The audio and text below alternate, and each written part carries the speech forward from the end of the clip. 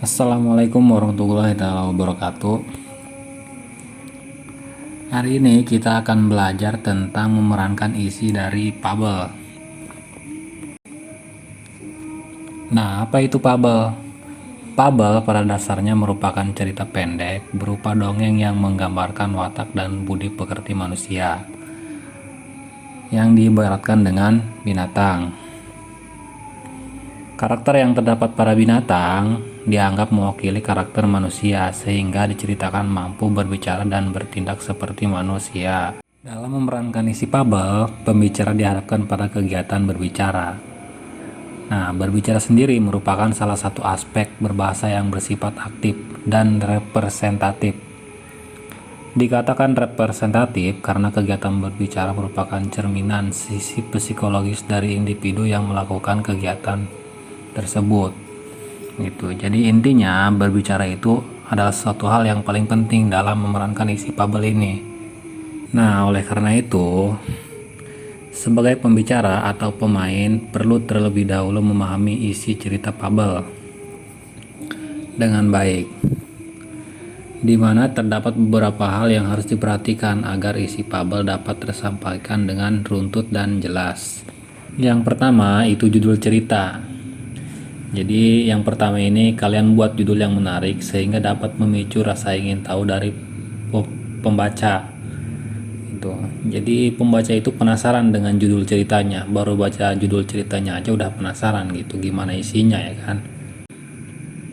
Terus yang kedua ini ada orientasi. Bagian ini berupa perkenalan dengan tokoh dan latarnya. Jadi buatlah perkenalan dengan ringkas, jelas dan menarik. Terus ada komplikasi. Nah, komplikasi itu sebuah masalah dari awal sampai ke puncak permasalahannya ya. Jadi kalian menciptakan masalah yang memicu konflik serius antar tokoh. Resolusi, akhir memenangkan tokoh baik sehingga menanamkan kebijakan hidup. Dan terakhir ada koda. Koda itu boleh ada boleh tidak ya. Nah, jadi kalaupun ada jangan terlalu menggurui dalam menyampaikan pesan moral terhadap pembaca. Nah, di bagian ini setelah kita berhasil menyusun isi fabel, maka baru kita bisa masuk ke dalam bermain peran. Bermain peran adalah kegiatan yang menyenangkan dan memicu kreativitas dalam menyusun naskah berdasarkan cerita fabel. Pada saat memerankan fabel ada beberapa langkah yang harus diperhatikan sehingga penampilan bisa menjadi lebih baik. Nah, langkah tersebut meliputi penguasaan cerita, penghayatan penokohan, penguasaan alur cerita, menjalin kontak mata, dan penggunaan alat peraga. Oke, langkah pertama, penguasaan cerita. Pada saat memerankan fabel yang diperlukan bukan hanya mengingat ya, tapi juga harus memahami isi dari fabelnya gitu.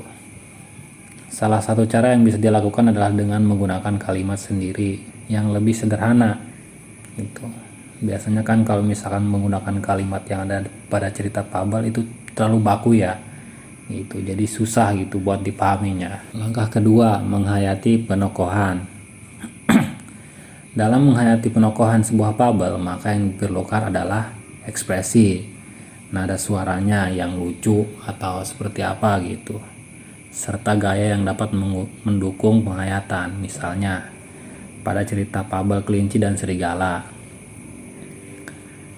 di mana suara kelinci harus agak imut karena sebagai tokoh dalam cerita hewan ia dikenal lucu dan menggemaskan.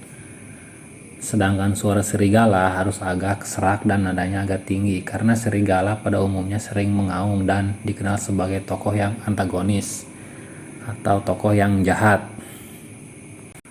Langkah ketiga itu penguasaan alur cerita. Suatu fabel akan runtut ketika alur cerita dapat dikuasai dengan baik ketika memerankannya ya.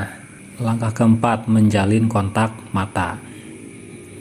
Pada suatu pertunjukan, pemeran harus menggunakan kontak mata terhadap pendengar atau penonton.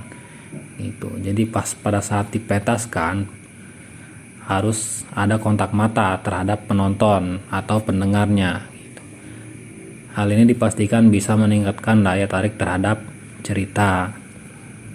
Dan langkah yang terakhir atau langkah yang kelima, menggunakan alat peraga. Pemeran harus bisa menghidupkan suasana, salah satunya dibantu dengan alat peraga, di mana alat peraga dinilai mampu mendukung pemahaman pendengar atau penonton akan suatu cerita. Begitu. Jadi alat peraga ini diperlukan ya supaya cerita itu tidak monoton gitu, tidak bosan dibaca atau ditonton gitu ya. Oke, mungkin hanya itu yang bisa Bapak sampaikan. Kurang lebihnya mohon maaf. Assalamualaikum warahmatullahi wabarakatuh.